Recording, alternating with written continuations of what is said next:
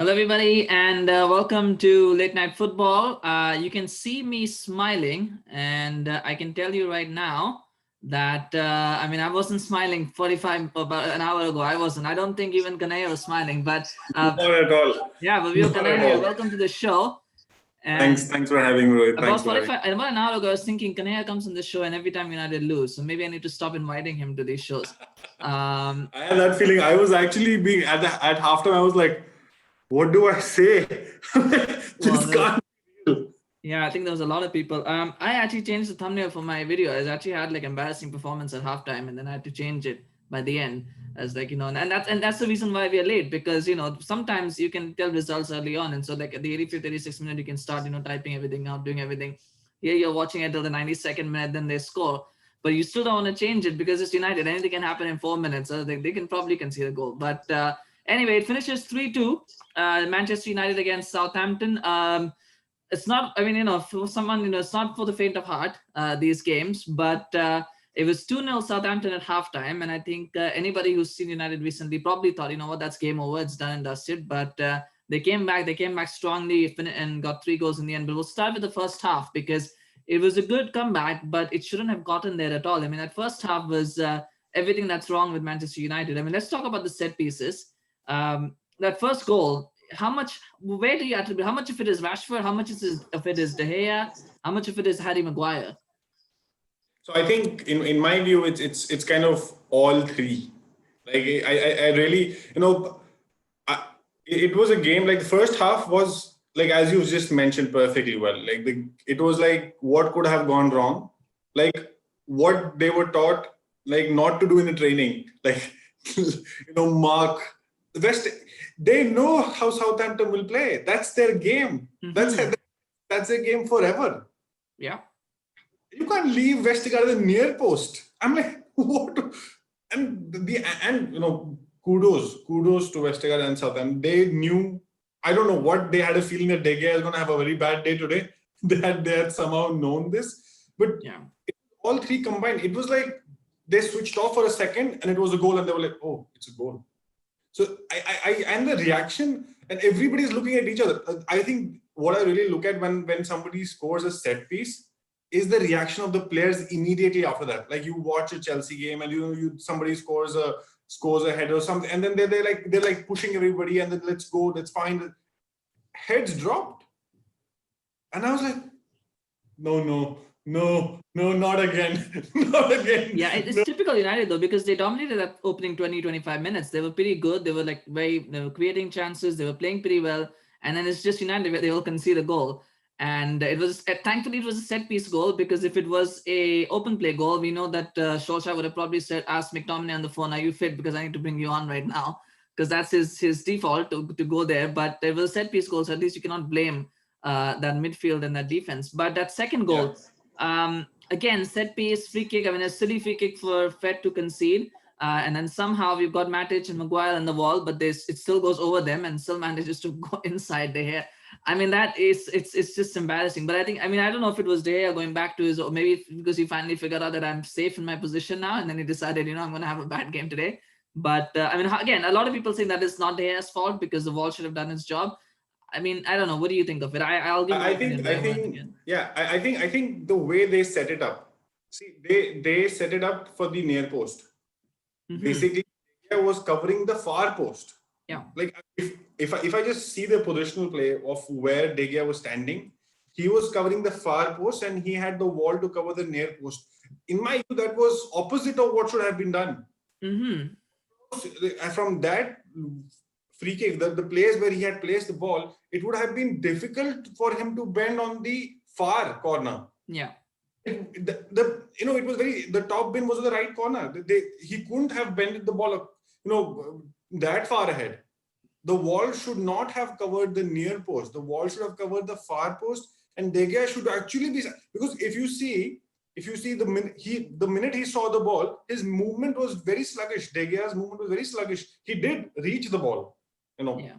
I don't want to give kudos to that, and that's what a goalkeeper is supposed to do. But then, he did reach to the ball, but then he couldn't save it. And I think because he should have saved that. That was not a goal that we should have conceded, in my view. And again, it's a set piece. these are practiced in a in the training session. So there are no two things in it. Like in my view, this was like everything that could have gone wrong went wrong. In that first half, yeah. Yeah, I think, and the first half, because in the first half you see the way Rashford and Bruno they both were at it. Like again, Bruno Fernandes is like, thank God for Portuguese men and players that United gets, and then Solskjaer also admitting that fact that he has what a presence that Bruno has made. But then, what first half? I was just like, it was like we were just waiting. One goal goes in, and we knew that the floodgates might open, something might happen, and Southampton might kind of fall apart because there is a history. United and Southampton have a history where kind of United has scored seven and all. So they have scored some big numbers against. But then Southampton did really well, set piece play, like a training ground mistake, I would say. But first half, totally forgettable. Let's not even talk about it. Well, there's one more thing to talk about in that first half, and this is the last thing, I promise. Well, first of all, on that goal, that was his second goal. Normally, when I have this, and I am using a FIFA analogy, and I know FIFA is not real life, but when I get that goal on FIFA, the first thing I do is I get one of my players to mark that near post, because I mean, it's FIFA, so there are different patterns where you can kind of guess what AI is going to do. You call a player back and you stand. Yeah, you get him on the post. I have a player that stands on that post because I know that the player is going to try to go for near post, and this guy will save it. Because inevitably, if you don't put a player on the near post, the goalkeeper lets it go in. I don't know, that's a glitch with FIFA. And I sometimes wonder why people don't do that, even though it's like it leaves you open with the offside thing and everything. It doesn't matter because you can just go man marking. So that's something I find weird. But anyway, but I get your point. Like putting people on the far post would probably have been better, and that is what he should have done. Because once he starts going backwards, his momentum actually takes him inside the goal. So if he doesn't stop it, then it's he's pretty much going to carry the ball back. But that was an issue. But then there's the other side of it, because we're ragging on that defense. But actually, there were two clear-cut chances that Mason Greenwood, last season he would have scored them. This season he missed both of them. He missed the first one. I was screaming in my laptop. I think I wasn't gonna break it, but I think my voice was gonna go. I was screaming at Greenwood because he missed that chance. And then that second one again, he missed it, which was he hit it straight at McCarthy, and McCarthy saved, and then Bruno couldn't finish it. There's an issue with Mason Greenwood when we're starting to see. I don't know if it's the fact that it's a second season syndrome, which happens a lot, but it just feels. I mean, even he was pretty wasteful against Istanbul as well. He got that assist at the end, but he was pretty wasteful there. I don't know if he's starting to believe his hype a little bit, or if he's starting to feel the pressure of having to do it. But I mean, he's still young. But we've seen young players, burst on the scene and then disappear just as quickly. But there's something to solve there. So I think, in my view, Mason is young. So he is young. United has, finally given, this is what we saw with David James as well. Like, Daniel James, you mean? Stole David, David's thunder, basically. You mean Daniel James, right? Daniel James, sorry. David James is that other guy. So Daniel James. So basically, that's what happened with James as well. Like, Greenwood came in, he was racking up the goals left, right, center. Like anything he touched was a goal. Anything he shot was a goal. And James was, that's what I did last season. He's doing this season. But let's see how it continues. But we have seen this. It's something which is very known to United fans. But then what is very important is also the confidence the management also has. Like Solskjaer has not kind of given up on him. Like I don't know what's up with James, because he's rotating them well enough. But what is very important, I think, in this is Van de Beek is sitting on the bench for a lot of games, and he is giving the youngsters the chance. I think there is a talk. Like I saw Van de Beek today starting and Greenwood starting. I think there has been a discussion where they'll be like, we need to get Van de Beek also in the games and everything. But Mason Greenwood, I think he's a pure talent. He will learn from this. It's just pressure, I think. And also what happens is, like in such games, when you get the first chance and when you miss, then you suddenly kind of feel that, okay, I'll just shoot. I'll just give it power. Because if you see the second shot, it was straight at him he was like it was boom. He didn't go for placement, and he didn't kind of go for tricking or dribbling the ball. He just went with it. Yeah. No. Yeah. Of course. Hoping that it will fall for Bruno. It did fall for Bruno, but then I think McCarthy deserves a lot of praise there. Like 2 saves. Like I think one on the like there was like 3 saves back to back. one with Greenwood, two with Bruno. I think, but I think we need to give Greenwood some time. I think it's not, it won't be fair to kind of call him up already. He's young, he's developed, and we have seen, because he was playing centrally today. He was almost playing very central today. He was not on the far right, which is actually where he sits on. When you tell, let's just put him on the sideline, he just cuts in, and then he was playing central. Yeah. And I think he was moving more, and I think he's just trying new positions, because they were not coming from the wings. They later, I think the second half, that's what they did. But then they were playing very centrally as well. But I think we just need more time. Mm-hmm. Yeah, I think it was, diamonds are forever, but I don't know if this diamond was forever, but it started as a diamond. I think once that goal went in, I think they switched to a 4-4-2 kind of thing, like with Donny and Bruno kind of playing as auxiliary wingers. And then I think in the second half, and he changed things in the second half. And the biggest change, I guess, one was Dean Henderson coming on for David De Gea. And I'll talk about that later. I don't think it had an impact on this game defensively. It didn't have an impact, because I think by that point, it was completely different. But there might be an impact for the future games. We'll talk about that. But the other one was Cavani coming on from Greenwood. And I thought that's important. And the reason why it's important, not just because Greenwood is out of form, but I think it brings Alex Telles into the game more, because then Telles, when he puts in crosses, it actually makes a difference when you have somebody who can actually head it in. Because two of those goals pretty much were headers. Also, the first one wasn't. It was a lucky one, but still. He changed the game, Cavani, and it looks right now, I think the front three probably on form should be Rashford, Cavani, and Martial. I don't see. I think Cavani has to start now. And I'm someone who actually was against the signing when it happened, because this is a panic signing, but it's worked out so far. It's looking like it's worked out. I think the starting 11, when I saw Telles as starting 11 and not seeing any central player forward, I was like, we're going to miss somebody. Yeah, we have somebody with number 7, but we're going to miss him because he's not starting. And I'm like, because Telles is a person who either will cut in or he's amazing with crosses. He's brilliant with them. And that's what we saw as well. The minute he came, he knew, I have somebody's head written goal or something. And he was very precise. But seeing, I think, also giving Cavani not the full game, but, getting him in a position where it was a pressure point, actually. It was not that, United were winning. There was a one goal as well. But then, getting Cavani in at that time was like, we need a goal. That's something. Yeah, that kind of made me feel that it was actually first time where I've seen that Solskjaer not going defensive, but actually putting his best man out there. Like, let's see what. And he delivered. I think it was a game for him. It was, he linked up well with Bruno again, centrally there. Telles finally having, and then suddenly you could see the team picking up. What I really felt was immediately, like, first goal went in, Bruno scored there, and immediately everyone's like, it's like time to win it now. Yeah.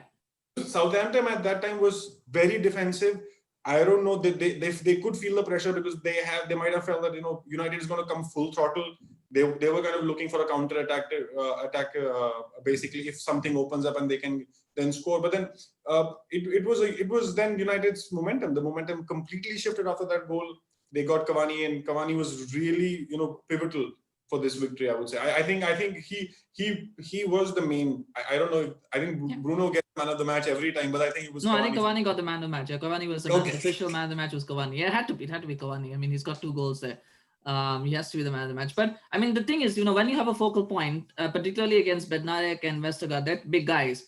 Essentially, Bruno was the center forward in the first half. So if you're going to have Bruno, it's not going to work unless he drags them in. They're not going to get dragged in. So you needed Cavani, like someone to bully them and, get in between and give them some fight in the air, which they needed. Yes. So I think they also, but the thing is about Southampton though, is that they didn't actually create a lot of chances. If it had finished 2-2, I would mean like that's 2 points drop, because aside from the set pieces, Southampton didn't create anything. So, I was like, that's going to be 2 points drop. So, I mean, it was a little bit frustrating to watch that game because of all the chances that were missed in the first half, but they put it right. Well, let's talk about individual players. I mean, we talked about Cavani and I think he offers something. I think the main thing is he offers something different that the other 3 forwards cannot offer. They can't offer that threat in the air that he offers. But Donny van de Beek, I know his performance is going to go underrated, under the radar, because I think they were more headline players today. But what I liked about him is the fact he'll misplace passes, but he never gets bullied off the ball. Like you would think, look at him, like his stature, you would think, he's like someone who could get pushed out. He never loses the ball. Like he never ever, like, you cannot just push him off the ball without fouling him. You can't. He holds on to the ball. He's very strong, deceptively strong. So I think Van de Beek, I think his start, because he was starting again, and you are nil down. This is the first time where he'll kind of, the first game, of course, he lost. When the game he started, he scored, but they still lost. But then it's a different setting. Misplaced passes is fine. That just that's over a period of time you kind of understand how pace and everything. They're professional. And nobody gets 100%, so that's fine. Correct. Yeah, he doesn't misplace a lot of them. He'll misplace a few, like anybody. But the point being that what you really pointed out is really well, that he does not get bullied, and we have seen, like, I'm not denying anything with Fred or McTominay, but I have seen them bullied. I have really seen them struggling, and then suddenly they're like, okay, and then Martial is there. If I just compare with people, in the United team. Pogba. Yeah, I didn't want to mention. I don't want to talk about him today, so we're not going to talk about him. I didn't mention the number 6. That's the reason I don't want to talk about it. It's good that we don't talk about Pogba. There's better players there, and then I think he gets this from Ajax, because if you see those, I think we follow Champions League of Ajax. That's the major what we have seen of Van de Beek as well. But if you see those games, he's really, the strength that he keeps with the ball, the hold that he has to place around Ziyech, whoever he at that time, Huntelaar there, and playing, he has kind of, that's his core, I think. That's his core strength, and that's why I think also United got him. Because, if in the midfield, Bruno, they want to play him as false 9 or kind of behind the center forward.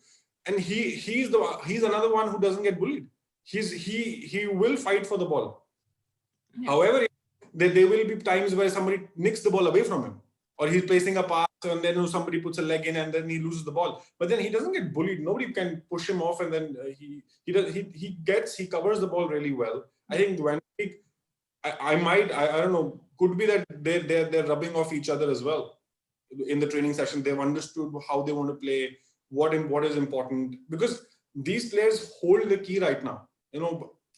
There is no United match that you don't talk about Bruno Fernandes. And there is a reason, because he holds the ball, he is their playmaker, he scores the goals, he makes the goals, and he's everywhere. And this is something which young players as well, like even Van de Beek for United is a young player, because they've got him in recently. And even Bruno is just a recent player, but then he has that presence. I think it's, and Van de Beek's performance, of course, today will go underrated, but they have a connection. I feel that United have suddenly kind of got a new midfield, because Solskjaer is trusting Fred and McTominay as their central defensive midfielders. He has now options up front as well, like if he wants to play, because Bruno is not a superhuman. He will get tired, and if, like, God forbid, if there is an injury or something happens to Bruno, then you can't be like, oh, January window. There's not going to be money spent in January window. They're not spending it. That's Woodward. We're talking about Woodward here. He's going to spend money, but he'll spend it I'll be like, I'm taking money out of next year's budget. But next year's budget, we don't know what it is, because fans are not in the stadium. So you know what? There's no January signings happening this time. Correct. Well, there is one signing that's already been done, but anyway. Yeah, that's already coming. Yeah, that's already coming. But yes. But I mean, the thing about the only thing that I want to mention, I know we're running out of time, but we have to watch the Chelsea Spurs game as well. That's coming up as well. I've got to do that one. But the one thing I liked about Donny is the fact that for a long time it was, the reason why McTominay and Fred start is because they offered protection to their defense. I think now we know that Donny can do the job. Maybe not as good as McTominay and Fred do it together, but Donny does offer that forward passing that probably those two don't offer. So I think from that perspective, I think this was a good game for him, because he got a lot of tackles in. He got all that in. I think going forward, for me, I think McTominay is a better player than Fred. I would say Fred. I was not very happy with Fred's performance today. I don't know what you thought about it, but I wasn't very happy because I see in my view, Fred is a very different option. He kind of comes in as a bully. Yeah. But then you can't make him play. Like he can play side passes, and he can, he can play side pass, but he can't. You can't expect him with through balls or long balls as well. Like Yeah. what I've seen with him is like of course with PSG he's kind of the I don't know what happens to him against PSG. He's like Well, it's the fact that his first touch is really bad, and that makes the problem Yes. for him to even. That makes it difficult against teams that will close him down. Like Southampton were trying to close him down today. He got out of it in most cases, but it's just one of those things where a better team might take advantage. So I feel going forward, I feel the first choice will probably be McTominay and Donny. I think. With Matic and Fred rotating, and obviously there's lots of games. It's a big season, so they're gonna get opportunities. But I think in the big games that might be the thing. But we're gonna talk about other players because we're kind of running out of time. So there's a few more things that I need to cover. Let's talk about Dean Henderson coming on for David De Gea. I don't know how long David De Gea is going to be out injured. He may be back for the PSG game, but I mean, Dean Henderson Premier League debut for him today. A lot of people are probably like happy that De Gea is injured because they want him out of the team and they want Dean Henderson in. But there was a difference. It wasn't noticeable to anyone because they watched because everybody's going to focus on the forward line. But there was a difference when Dean Henderson came on for David De Gea, and maybe because David De Gea had a bad game today, but. He's a different kind of goalkeeper. He brings a different aura. I think it was, as you said, we've been waiting for it. Like it has not happened naturally. I don't know why. Could be something. Well, De Gea has been in good form. To be honest, he's been pretty good this season. Yeah, but then if somebody's in a good form, you can still try somebody just to give the other person that there is just to improve the other person as well. Like De Gea can't play all games. He's been playing every game. Like even I'm like at least in Champions League or in Europa League when United were playing last season, they did go with their second goalkeeper. He was they were starting the games Romero. with them. Yeah, Romero as well. Yeah, if they went to Europa, I think Dean Henderson would have made more appearances. But being the Champions League, I can kind of understand you can't take that risk, right, of starting your second. So I was then thinking that he should have been naturally given a chance, but then I'm not happy De Gea went off. I'm not happy about that, because it just kind of crushes you as well because you've just had 2 set piece goals. Mm-hmm. That is something that you just don't want your day, and I think he would have just wanted the day to end with him on the pitch and United winning 3-2. Yeah, and done a ton of confidence, boosted. Yeah, but then Dean Henderson getting his debut stepped up. Yeah. He stepped up. He was like, I will show you what you've been missing possibly. Or the thing is normally when goalkeepers have been as long as De Gea has been, normally they have an aura, right? You have like this presence around you, like Yes. De Gea has never had that. He doesn't have that aura yet, and that's the issue. He doesn't have that command. Like I'm David De Gea. I've been here for 10 years. This is my area. Like this is my thing, and defenders are going to listen to me. He doesn't have that, and that's a problem. Maybe Dean Henderson will have that in a few years, but I mean it'll be interesting to see. I mean it'll be interesting if Dean Henderson starts against PSG. And then if he does well there, then then you got to start asking questions. Well, do you drop him then if he's had a good performance? I mean, it's a problem that Solskjaer is going to have. I don't want to get into it now. I think he already has that problem. I think he's just holding off that problem by not starting Dean Henderson. Like, the question just you said, like those questions will only come in if Dean Henderson starts a game and performs amazingly well, and then suddenly everybody's asking, why are you not starting him in Premier League games, or why was he on the bench sitting for so long? Well, to be fair, De Gea has done well this season. I think that's the competition that came in that made him do well. I think this game, because he started the Istanbul game, which is basically Istanbul is like a gimme game, right? Where you would have probably expected to start Dean Henderson, but he started there with De Gea, which was a must-win game. He started De Gea, and that probably gave him confidence. You know what? Now I'm first choice again. I am first choice. And then today maybe he felt a bit complacent. He's like, oh, you know what? I'm first choice. There you go. So I mean, I don't know. I'm just speculating, but we don't know. But where would Manchester United be without Bruno Fernandes?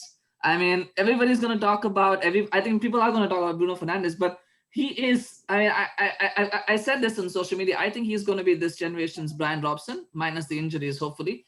But he's going to be a class player who's not going to get the trophies that he deserves because Man United are surrounded by shit players.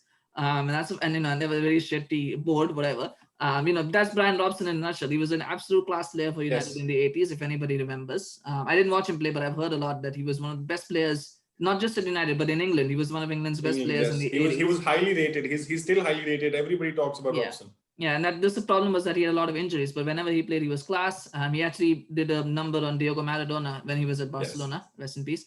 But because he had such shit players around him, so he never won anything until a league title late in the 90s. Once he was almost retired, he got one of those. But I think Bruno Fernandes is sort of, he'll feel that way because in some games, and today he got away with it, but we got away with it. But Normally, it just feels like Bruno is a class above everybody else. He just looks like he's on another level at the moment. It's like I don't want to compare him to Ronaldo or Messi because that's the easiest way to kind of say, like, you just look at Messi when Barcelona is playing, what he's up to. You look at Ronaldo when he's in Juventus and what he's. I think they are not, Ronaldo, Messi are different, but then he is relentless. Mm-hmm. I would just relentless. Like he just doesn't give up. He just does not. I think that's what I love about him. And you don't want to look at anybody else then, because he's just everywhere. He's getting the ball in the mid, passing it through, and then he's right in the goal. I'm like, where did that happen? How? And then he'll track back, and he'll come back running back. And he runs back, and he runs back. He's and it is just what a United player would be like. If I have to just top of my head think of what all I would compare him to Scholes.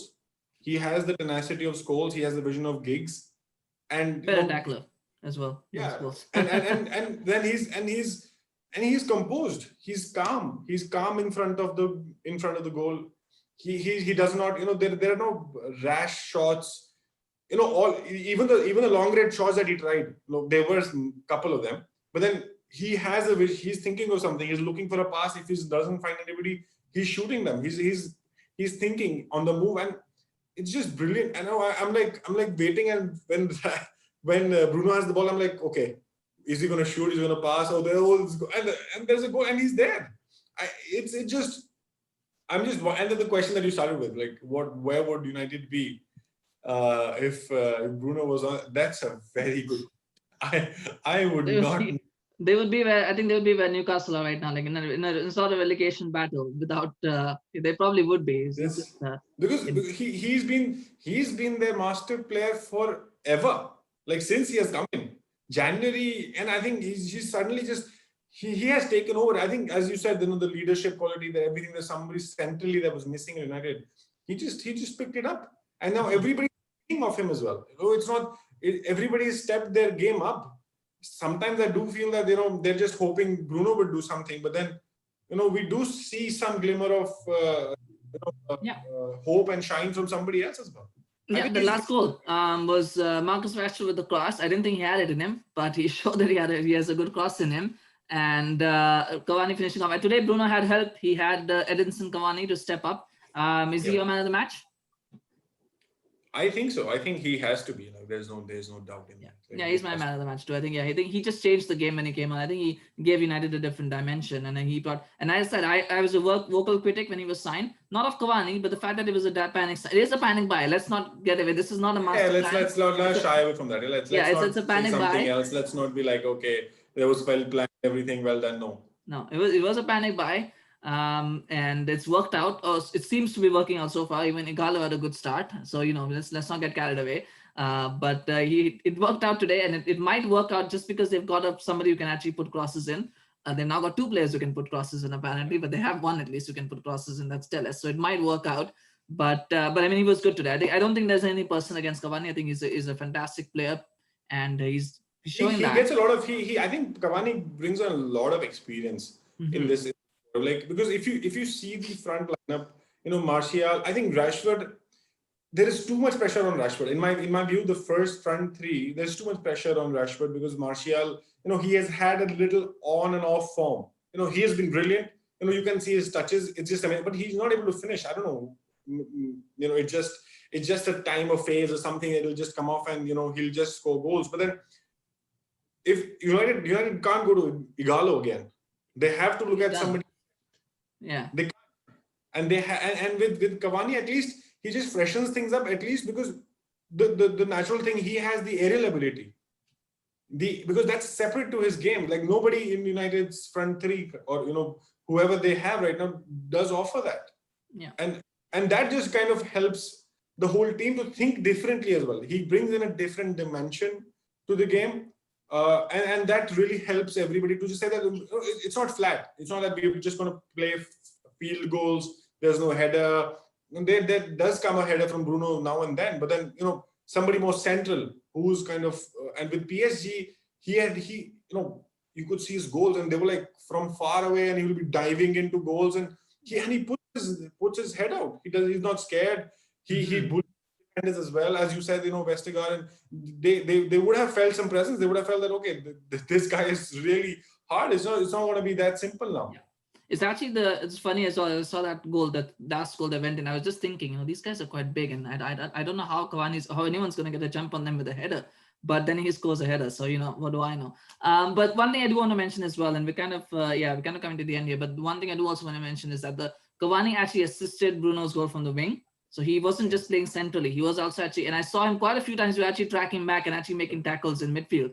Someone should take note, wink, wink. How to do that. But he was doing all that. He was doing all of those things where he wasn't just like, he could have easily said, I'm a central striker. That's my role. I'm going to wait in the box and give me a good chance and I'll poach it. He wasn't doing that. He was actually running around and making tackles. He was coming in midfield to grab the ball. I was a little bit actually angry at him for doing that, but still he was doing all of that. Like he was playing as a winger at times. He's playing as a striker.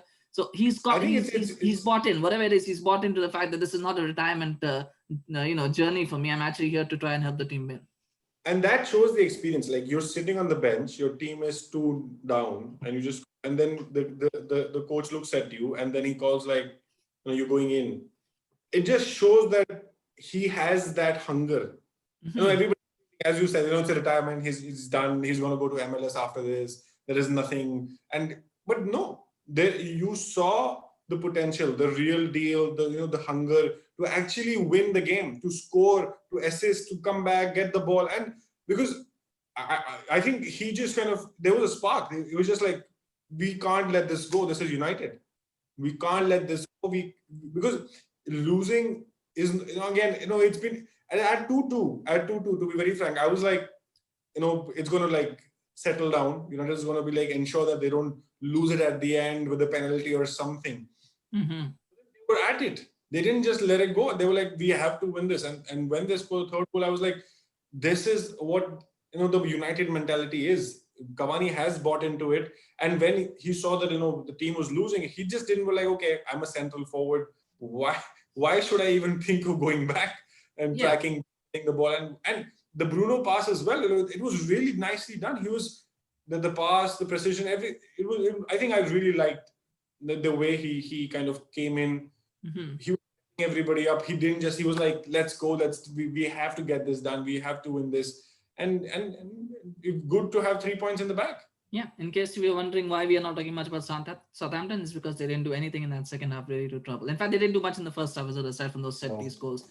It would have been a really, very gut-wrenching loss actually in the end because of those 2 defensive lapses. But on that note, I think we've kind of covered a lot of ground. But what's next for Cavani? It's a game against PSG that's coming up on Wednesday. That I don't know what's going to happen there because I honestly don't know what he's going to. He can't go with the back 5 obviously because he's not got Tuanzebe and he's not got Shaw. So I don't know what he's going to play at, and he might have lost Telles as well. It looks like he went off with an injury. So it's like a perfect storm after this really great result. I think we're all setting ourselves up for failure on Wednesday. PSG are due a revenge on Manchester United, but we'll see what happens. We don't know what happens. Stranger things have happened. I think it's also, and Cavani also set himself perfectly well for Solskjaer to make a difficult choice. Yeah, he has. Yeah, I don't know what happened to Martial. I hope his injury is not serious. I'm assuming he was injured. That's why he didn't even make. Yes, he was. I think he was saving him for the Champions League game only. I think that's the reason why. Because he didn't even make the bench. So I'm assuming hopefully he'll be okay for that game because they will need him.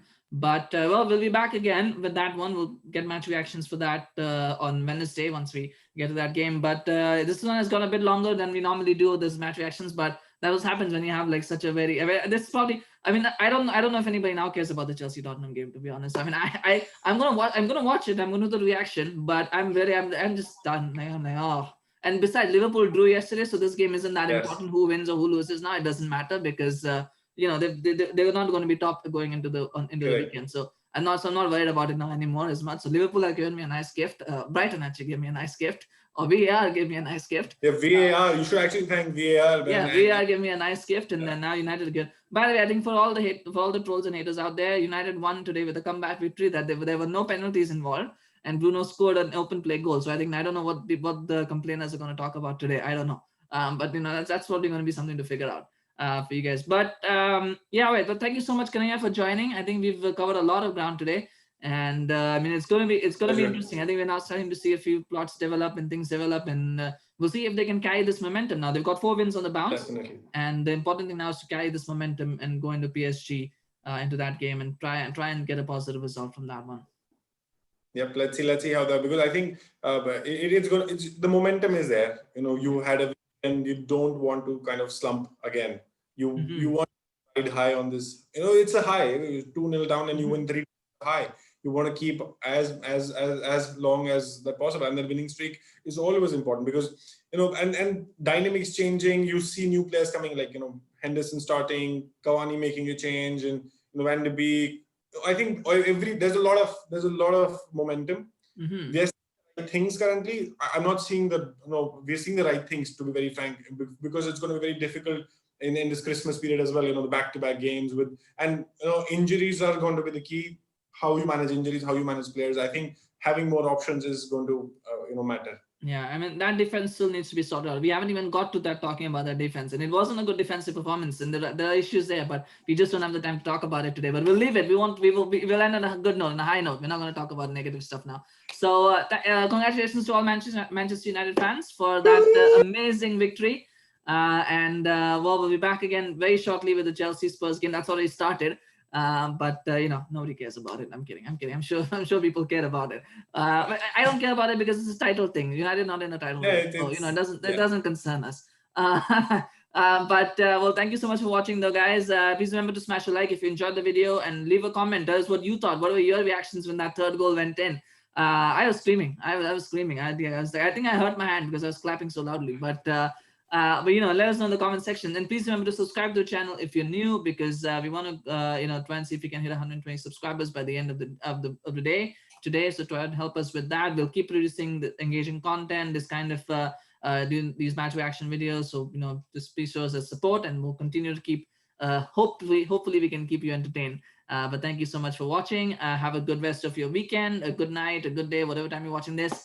And we'll see you again very, very soon. So take care. Bye-bye. Thank you so much, Knayha, for joining as well. I hope you enjoyed this win and the show. And we'll see you again as well very soon, because, you know, there are lots of games coming up. So good luck with watching the PSG game. So take care. Bye-bye.